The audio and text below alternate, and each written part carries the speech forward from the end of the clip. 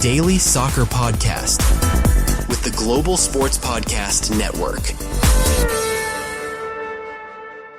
Hello and welcome back to the Daily Southampton, part of the Global Sports Podcast Network. My name is Greg Elliott, and as always today joined by my good friend and wonderful co-host, Zach Ingo Finch. Hey there, mate, you right? Hello, mate. Yeah, I'm alright. It's pretty much how most of us feel after a draw, right? Like, Look. I mean, it was a bit flat and a bit disappointing, and there are some concerns, but 5 points from the week's pretty good, right? It was a tough week, and we escaped undefeated from it. That's better than it could have been. Yeah, could have been worse. You're right. I think that's could have been worse. Could have been better. I kind of feel like it was just a bit of a waste, and I feel like it was because they're already tired. And as we pointed out, I think that we've been pointing out for like the last year and a half, mate. It's just a struggle to keep fitness with some of the players, a struggle for some of the players to do a full 90. You know, we're joking about Ross Stewart, you know. I mean, let's start with that. It's a real shame, right? Yeah. Just as he started to hit the ground running and just hits as it form. Yeah, hits form, but not just that, not just like the goal scoring form, right? But becomes such an essential role in the team because, as proven by the way we try to replace him, no one else really does the same things, and no one else is able to, like make those plays and receive the ball and hold it up like he does, which sort of allows the space that Armour's been thriving in as well, which is. It's a real shame. Let's hope it's not a proper serious one and he's back sooner rather than later. But I worry because it's the hamstring. He went down straight away. Obviously, as soon as he went off after, as soon as he was like at the behind the goal, right? Like he literally the physio was doing the sign for substitution, and you're like, well, he knows what that feels like, and he knows that's happened. And obviously, Will still said they still need to like do a scan and stuff. It was his hamstring, so like. It's one of those things where like you can't help but think like how long can you carry on in a career if you're gonna if you can only do sort of that amount of work. Was it that maybe he was rushed, maybe he playing 3 games in a week was just too much, maybe he thought it wasn't, and then sometimes it's just people don't really know their bodies. There's a combination of factors. I think it just sucks, man. Like, that's where I land on it. It just sucks for him. I guess it's the first proper test of like 3 full pretty intense games in a week that he's had, but he's been back since pre-season getting match fitness, so he would have definitely thought he would have definitely thought that he was up to the task. But I feel like if you've had that many severe injuries, I think you should be managed better. But I understand why, because he's become now the key part of the puzzle, as you pointed out. We're like, we finally unlocked the puzzle to be creative, and then I think my biggest problem with it is that it was during him overstretching to try and get a ball to try and get another goal, because we went 7 minutes of what I can just describe as wonderful football. It was we were all over the place. Like Manning was overhitting it a couple of times, but obviously then Armour just got a goal and it was great. And then we spent 20 minutes flapping. It was like we were scared of our own shadow. We'd been suddenly like, we've scored, and then we kind of just like sat back on it. It was bizarre. And then obviously I don't know how many saves McCarthy had to make that first half, but it's at least 3 or 4. And the amount of corners we had to defend, like I lost count, but it was a lot. That's where I'm at. Yeah. So then the problem is that felt like that was the moment we might get back into the game. And then obviously he was swapped out. He was swapped out for Fellows, which kind of surprised me. And then everyone's kind of mad about the Downs thing, which I'm sure we'll get onto later. I kind of feel like if you were going to trust him at that point, you should have done a like-for-like swap at that point. It's a strange one because, I mean, the problem that it caused, and it evidently caused, is then it leaves a lot of players going, what are we doing here? Like, what positions are we playing? It was not... And it never really slotted together in any sort of cohesion for really the rest of the game, if we're being totally honest. From that point forward, it was back to slow, lethargic, sluggish, not this fast, dynamic, cut in. Oh, we're going to go up and back, and it's just, it became back to same old Saints. Just knock the ball about. 63% possession and only 1 XG. How do you feel about the fact that still kind of tried to blame it on the ref and because regardless of whether it was meant to be thrown or not, the decision had been called, and I think that by players trying to be annoyed about it, all it reminded me of is that fast ball that Bournemouth took in that loss we had last year to Bournemouth, where the quick free kick. Yeah, Cornet played as a striker or whatever. That strange Russell Martin experiment when he tried to do something different for once and it did not work. But it reminded me exactly of that, of we kind of switched off and we tried to not pay attention, and then the free kick was so quick and then it resulted in a goal. And ultimately, as much as they did knock on the door, that was their only goal off the back of it. So, I think that's one of the things that we can be heartened by. I think a lot of people were very... It's classic Saints, though, isn't it? For it to be something so daft off of a poor referee decision, it was so evidently a throw the other way. It wasn't like it was close, right? It bounced. It was bizarre, but you've got to play to the whistle, and it really. It's funny to me because. When I play football, I guess I moan at the ref too, but also in the entire history of watching football, if you combine the hours of football I've watched with the hours of football you've watched, I dread to think where we're at. But have you ever seen moaning at a referee change the referee's mind? No. No, they have made up their mind. There are times when they get surrounded. You could pick up a booking if you do that for dissent. That's a good way to pick up a booking. It's a good way to completely change the game if you pick up a second yellow card that you forgot about and you get sent off. But no, I don't think I've ever really seen. I've seen obviously when decisions of that. I think that has potentially happened with decisions going to VAR in the Premier League, but then that doesn't guarantee you anything at this day and age. Do we want? First of all, do we want anything to do with VAR ever? And the answer from no, I'd rather take. And then even if they're still making VAR, terrible decisions, and even if they had VAR, do we want 10 minutes to decide whose throwing it is? Absolutely no, absolutely not. It sucks that it's a poor decision, but that decision's been made, and you switch on because. But also, if we made it decisive and we scored another 2 goals, it would have been a problem. You got my hopes back up, mate. And I said I changed my 2-1 to a 3-1, and we ended up with another sort of board draw, and where we seemed to struggle to score afterwards because well, I guess we'll get into some of the reasons why. But I think McCarthy had a really, really strong game after some criticism from us. I think pulling off the amount of saves he did. I think Derby's keeper had a really good game as well. And I think that he very much kept it in him.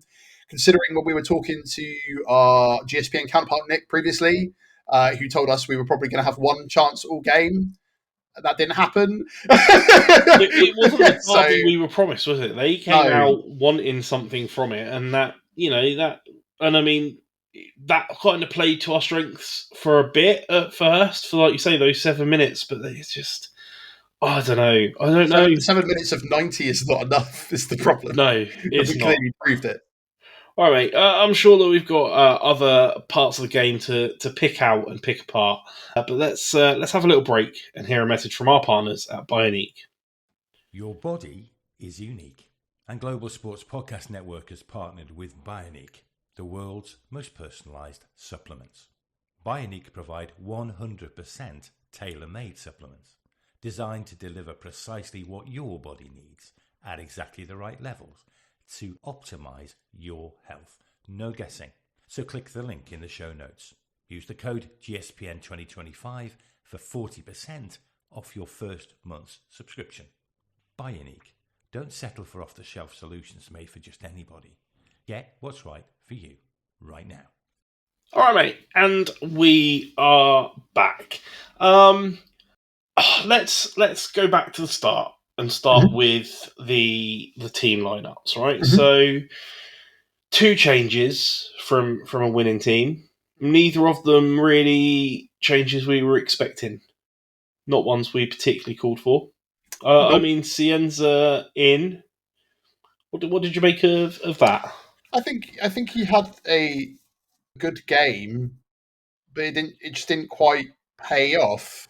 I think like that. I saw a lot of criticism for when he was taken off that he was our best player, putting Downs in. Like I think he had like one solid miss. I think that he probably had a better game than Azaz when he came on. But yeah, I think it was slightly surprising more than anything else. Yeah. But yeah, I think he gave a better account of himself in his like first sort of game than a couple of the others who've been in the game been in the sort of squad for a few games now. Which apart from maybe Yanda, who obviously is now commanding sort of a starting place. Also, we just had a bit of an off game, not really the best. And Fraser for Fellows. What do we think of that swap? Fraser has loads of energy, and I would have preferred to have seen that towards the end when we needed it, as opposed to at the beginning of it. But I mean, I know that we hate drawing parallels to our previous championship season, right? But in that season, he was such an effective Sub player, wasn't he? player off the bench. Yeah. So, do you feel like any of the substitutions made a huge difference in this game? I think they were really, really weird. Good. Really Okay, good. We're on the same page because, like, I didn't really understand what we were doing bringing Fellows on for Stewart again. Like, I feel like at that point you should have just brought Downs on. Yeah. Cienza 4 Downs was like, okay, right. Like you're grabbing one of the good creative outlets of this game and you're swapping it for your target man, who unfortunately just had a bad game. I just think that he is a man bereft of confidence. I think that when there's a lot of comparisons to people being like, oh well, Damien Downs is really he's come from Bundesliga 2 into this. Quashi had a couple of bad games, but got bedded in eventually. Admittedly, he had more around him to allow him to kind of grow, whereas the expectations on him to score goals. And I don't know. I think that there's a combination of things. I think that it's the first time he's really lived away from Germany, which is like, it's the first time he's moved abroad. Doesn't really have any like American compatriots in the team. Can be a multitude of factors, and also bereft of confidence. Like people were talking about how he looks like a competition winner, and I'm like, I think he looks like somebody that is anxious and nervous and doesn't want to put a foot wrong, and is also very aware of the pressure. Like there's no mistaking the fact that he's aware of the noise. He wouldn't have just gone out of his way and deleted social media if he wasn't, right? Yeah. Like I think that I agree with some of the people that maybe he should just get some experience in PL2 or something like that, just to give him sort of get him scoring again, get him in the goals again, then maybe introduce him later. But now we're in a bit of a crisis with if Stewart's out and they want to play that way, we're not going to be able to. And he's not able to be in that headspace currently. No, the man needs a proper performance and a goal. And I really think the potential is there to turn it around. I truly believe from what I've seen. It needs it, but it needs to come sooner rather than later, or it's kind of otherwise it's going to be like a Ben Burris and Diaz thing, right? And I know that sometimes maybe we're overtly harsh on him, and like I always try to preface that with the fact that I am not a professional football player. I don't think I could do what any of these guys do on a weekly basis. Sometimes we do it in jest. I would never ever want it to kind of sound a bit callous. And I think sometimes like we have turned so quickly on this like 20-year-old lad who's just having a bit of a stinker. And yeah, the price tag probably doesn't help. But the fact that I've seen people say, oh, well, we sold Sulemana and Tall Pool and we've got Azaz and Damien Downs, what downgrade? And all this kind of stuff. And I'm like, guys, it's been like a couple of games. Like, okay, let him bed into the team. For some people, he's going to be more aware than anyone that like how ruthless the sport is, right? Yeah. But you've had teams like Manchester United have strikers that haven't scored in like 20 games in a row. So like, just think we need to. I think temper our expectations a little bit. Like there was nothing in that game that was hugely positive from the guy. I feel like it wasn't a good substitution. It didn't help the game, and nobody's going to be more aware of that than him. On with half an hour, sure, but still being chucked on at that point in the game is such a hard thing to do when you're out of form anyway, right? Yeah. And it was the changes of the system, and it's really tricky. It's difficult to see what we were really trying to do. And again, like the other slightly outside of or a slightly different question for you, Zach. When it happened, it felt harsh leaving Cameron Archer out of the team as the only striker who had, at that point scored some goals. Doesn't get a sniff again here. Okay, so if you've got this, if they finally did the thing that we talked about for ages, right, which is fast pacey striker and big tall striker to hit with, right, and that's working, and they are scoring goals. Yeah, you are going to keep that same profile because when we had Armstrong and Archer alongside each other, it wasn't Fellows, so they immediately abandoned it. It doesn't make sense. Yeah, no. So what you're saying at that point is, why would you bring on Fellows and not just put on Archer, right? Yeah. But then obviously later on they moved it back, right, with having Sounds on. So clearly that was like the plan was to get back to that. I don't really know what else of much of the plan was. But I actually feel like after watching a bit of Damien Downs, that although he is bigger than Archer and Armstrong, I think profile and the way he wants to play wise, I think he's closer to Archer and Armstrong than he is to a Ross Stewart, with the sort of the way he wants to play the game and the way he wants to move and the runs he wants to make. But I think maybe they all need to have that conversation a bit better. 100%. But that's the thing, right? If we've now got three of those types of striker and no Ross Stewart, then we need to be moving the ball a lot quicker to get the balls to these players. Because if we're going to, set them on their way with runs, I'm going to turn around and pass it back. It's a recipe for disaster. A lot of it's the same thing that you're complaining about so far this season anyway, which is like losing second balls, not being able to pass properly, or passes being intercepted, or just dumb stuff, just like losing the ball in such silly situations. And then that has then, proceeded to result in attacks from Derby, and then we're on the back foot, and then we're defending it. And then, yeah, you're right, we're just not moving the ball fast enough. And I think that's where I can understand the criticism of Cienza was one of the few players doing that, and then we swapped them out for Downs. But then the problem is there are a couple of times where a lot of players would get off on their own and then not be able to do anything with it. And I think at one point, I can't remember if it was Cienza or Armstrong who took a crack, but probably just should have passed it. I think it was Armstrong towards the end. It was Cienza. He ran from the middle of the park through and managed to take, not necessarily take on, but get into the space past two sets of defenders. And there were Armstrong and I think Fellows over on the right that were great passing options. Instead, he took a shot, which I think is a perfectly acceptable option, except the shot was awful. It just trickled wide. And you're if you're gonna shoot when you've got those passing options, at least kick the ball at the goal. Maybe that is where the cohesion and the idea that Steele's taken away. But I just wouldn't be surprised if they were just tired by Saturday because of the fact they've been away from home for the last couple of days. They've had 3 games in 7 days, and as much as we complain it's their job and they should be able to, it just fell a little bit. It's not easy, is it? Flat. No, but I think it's getting the understanding of, okay, well, these players are struggling, so we'll put these players in because these players fill that role. I think we're still figuring it out.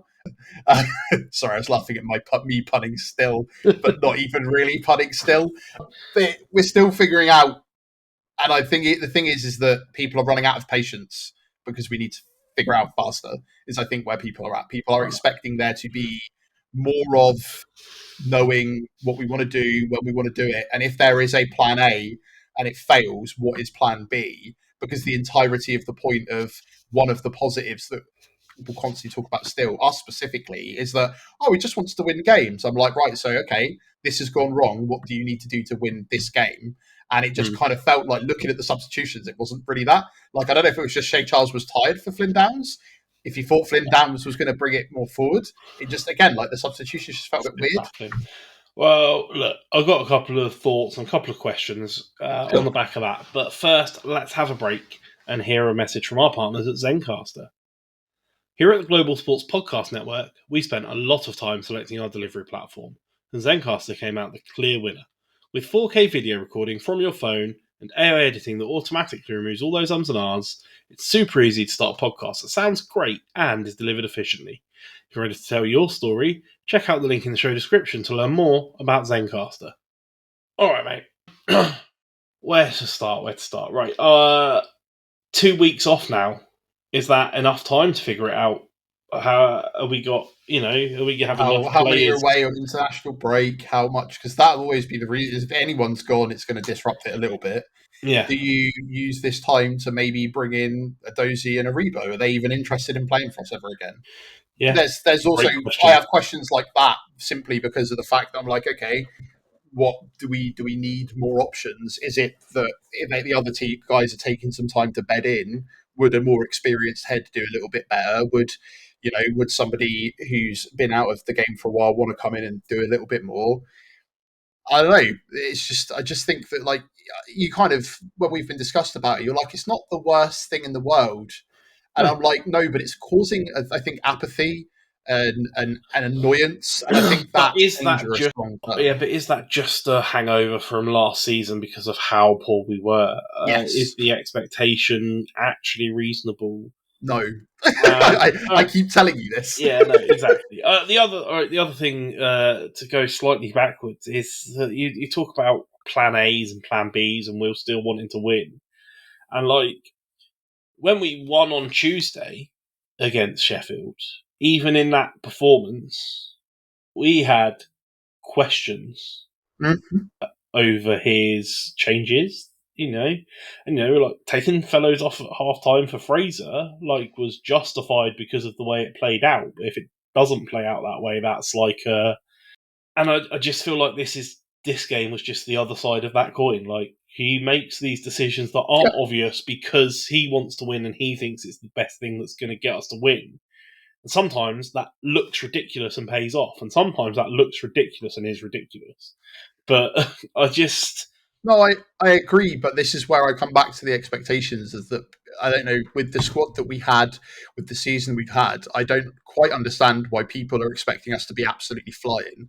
Maybe we're part of the problem for saying we're going to come first and second, mate. Like,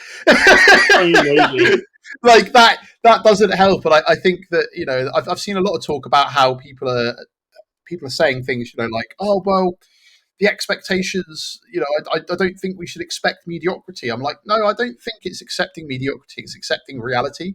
We are not, we are not, like, as people are like, oh, well, Coventry City are doing this well and they've not lost a game. And this, I was like, okay, but Frank Lampard's had like a season and a half and a lot of backing. And these things take time to build. And then you've already got people saying, let's bring Russell Martin back. And it's... Sorry, do they watch football? Like, they watched any football. That might be the worst footballing take I've ever heard. And I have heard some football. I have had some bad football takes, but I have heard some bad ones. But can people honestly believe that is the answer? I think it's that people are desperate for that feeling of that last championship season, and I can understand why. And I think that people don't have patience, mate, and I can understand why. I think that people are looking back on that championship season with rose-tinted glasses and forgetting that, we went 25 games unbeaten, but about 18 of those were draws. Like this is the feeling of the last championship. Rangers are certainly fighting out, mate. Like this is the feeling of the last championship season. And sure, at the end it had that amazing day out at Wembley that erased the rest of the hardships of the season and set this stone. But this is what the championship was like. You can win or lose any game, And sometimes you have to go and get a scrappy draw at Derby that feels more like a loss because before this game they were awful, and then suddenly they show up and play, let's face it, a good game. They put a team out that are ready to fight, and probably, if we're being honest watching it, just wanted it just a little bit more. And I'm not saying that was because Saints didn't want it and like they looked like they'd given up. That was not the case, but there was just a bit more bite to it. And that's the way it came. It came away 1-1, and that's why we love the league, right? Because you can win any game and lose any game. It's still 5 points from the week. That's pretty good. It's not awful. We're not in we're not in trouble. We're not in an awful position. We're still only 3 points out of the playoff positions or something stupid. Yeah, so 3 points puts us 6th. So, it's just fine. It's going to get there. These players are going to take time. But that's the thing, is that people just don't have the patience, and I don't blame them, mate, really. I blame TikTok. And I know full well that you were expecting me to say Pep, so... Look, people don't have the attention span for it, but that is just football. You don't win every game. And I mean, maybe it is Pep's fault, because he set that precedent for Man City when they were at their best, where they went into every game expecting to win every game, and they would mostly win the games. Well, that's Liverpool now, isn't it? They lost yesterday too. Yeah, exactly. And they've lost 2 or 3 games of the battle. Ironically, they've not done well since they played against us. I'm going to tell you now, mate, even as a Saints fan who has been on the roller coaster and continues to ride the roller coaster of the ups and downs, if we won every game, I'd be bored in 3 seasons. No, I get that. You've got to have the downs to enjoy the ups more. And this, we went 3 games in 7 days and didn't lose. What's everyone panicking about? People are. I think it's panicking. I think it's the culmination of a whole season of being terrible and then not having quite the start that there is the expectations around. Because we're a demoted team, so we should be doing better. We're a demoted team because we came up from the playoffs last time, and we had 3 managers in the space of a very short period of time. Most of our squad is gone. Most of the squad that was there, well, I say most of the squad, the elements of the squad that we probably would have rather have kept have gone. Elements of the squad we'd rather have gone haven't. That sense of annoyance and apathy and not being able to get wins against, Derby, who we haven't even played since 2019 or whatever. That's why there's that level of annoyance. I'm with you that no one should hit panic stations. But also I think that people who have spent a lot of money and have spent a long time supporting Saints also have a right to be annoyed that we're not doing what we would at the level that they would expect us to be at. But this is where I also say the expectations are too high. If you're going to be annoyed at anything, be annoyed that we've got to suffer through another international break already. Right? Let's be honest. You're right. I am already annoyed that I have to sit through another international break. I literally sat upstairs this afternoon and I'm like, I don't know if I'm going to be able to watch all of the game next Saturday because I've got to sort of travel up to Cardiff. I'm like, there is no game next Saturday. And did I think, well, that's good. I don't have to make arrangements to watch it while I'm travelling. No, I went, what a letdown. Yeah, and I guess that's the other thing, is that if everyone hated it really, they wouldn't get annoyed about it every week. Yeah. I think that we just want it to be a bit better. And I don't think that's a bad thing, mate. No, I agree. It should be a bit better. We need to move the ball faster. We need to be more ruthless. We need to kick the ball at the goal more. And when we kick the ball at the goal, it needs to go in more. All of these things are true, but I also think that bringing in someone like Big Ange and then being see, we've got a big money signing, also isn't going to change. I don't think paying off a Forest. I don't think that people quite people it's because they're not being coached properly. This, that, the other. I was they've had so much coaching from so many different coaches. I don't think that is necessarily the problem. I just think that we are not as good as we think we are or want to be. And we will eventually get there, but we certainly won't get there if we fire a manager every 6 weeks. No, it's definitely not the answer. And look, we are, 3 games unbeaten now. So if in 22 games' time it's 22 draws, still 22 points, isn't it? Right? Like, look, we're looking better defensively than we have looked. Right? Like, yeah, we conceded from switching off not even switching off, arguing against the decision. Right? Stupid goal.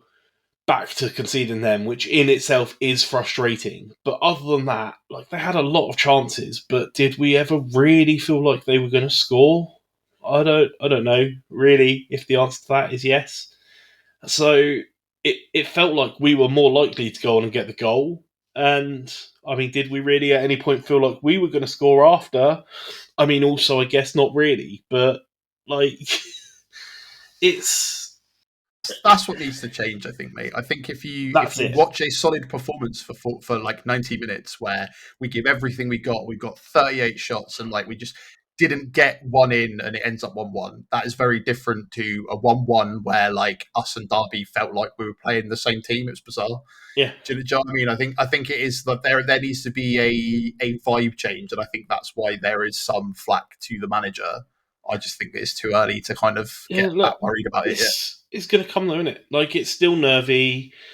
We're still gelling as a team, and you can't moan about mistakes and moan about creativity, because you've got to tread that line that could be a mistake and take that risk to make the creative play sometimes. And so, look, 2 weeks to go away and think about it anyway, and come back better for it on the other side, let's hope. But, it is what it is, isn't it? It is disappointing, but also it's not the end of the world, is where I'm at. Just thought I'd end this podcast, mate, with the news that Rangers have let Russell Martin go. Assistant head coach Matt Gill and first team coach Mike Williamson will also be departing. So, wow, he is available now. I am shocked by that breaking news. Who saw that coming? Anyway, water is wet. Right, that's all we got time for today. Zach, as always, thank you very much for joining me, and everyone, thank you for listening. It was a bit painful. It was a painful draw, but still 3 games unbeaten is something, right? Yeah, let us know your thoughts. Let us know your thoughts, your feelings in the comments or on the social medias. We're on all of them. We're on X, we're on YouTube, we're on TikTok, we're on Instagram, we're on Facebook. We are on everywhere. Look us up, hit us up. We love hearing from you. And, do you have a worse football take than let's get Russell Martin back? I'd love to hear it. That's it. We will be back tomorrow to talk more about the lovely life of being a Saints fan. But until then, thank you very much for listening and have a wonderful day. Bye, everyone.